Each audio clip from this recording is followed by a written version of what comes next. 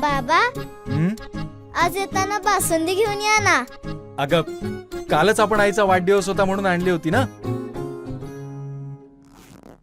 ऐकलं, गोकुळची बासुंदी पुन्हा खावीशी वाटतेय. खरं सांगू, मलाही खावीशी वाटतेय.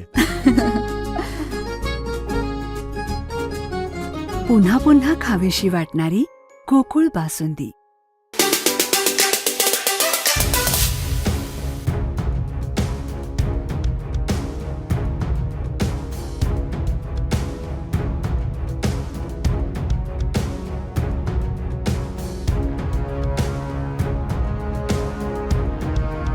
कणकवली नगरपंचायत निवडणुकीचे मतदान 2 डिसेंबरला पार पडलेले आहे. त्यानंतर निवडणुकीचा जो निकाल आहे तो लांबणीवर पडला आहे. पण 21 तारीखला आता 2च दिवस शिल्लक आहे, 21 डिसेंबरला, आणि मतदान मोजणी ही या ठिकाणी होणार आहे. आपण ही जी मतमोजणी कक्ष आहे कणकवली नगरपंचायतच्या, हे निवडणुकीचं मतमोजणी कक्ष आहे. एकूण 5 टेबल या ठिकाणी लागतील आणि 4 फेऱ्या होतील. एकंदरीत 1 ते 5 अशी पहिली फेरी होईल नगरसेवक प्रभागांची. त्यानंतर मग 6 ते 10 अशी दुसरी फेरी होईल प्रभागांची. त्यानंतर मग 11 ते 15 अशी एक तिसरी फेरी होईल आणि त्यानंतर मग 16 आणि 17 अशा एक 4 फेऱ्या या प्रभागांच्या या ठिकाणी होतील.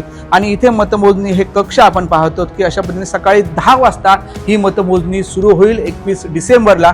आणि काही मध्ये 2 ते 3 तासात निकाल स्पष्ट होण्याची शक्यता आहे.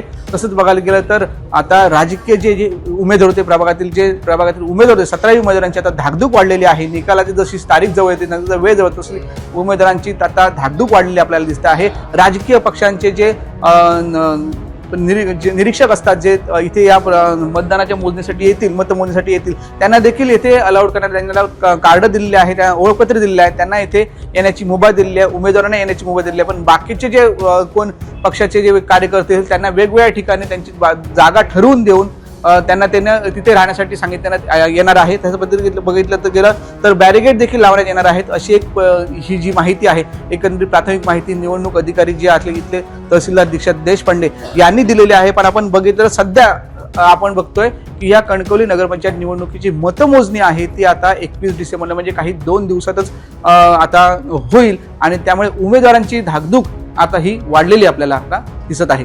कॅमेरामॅन साहिल बागवेसह उमेश मुचडे, कोकण साध लाईव्ह, कणकवली.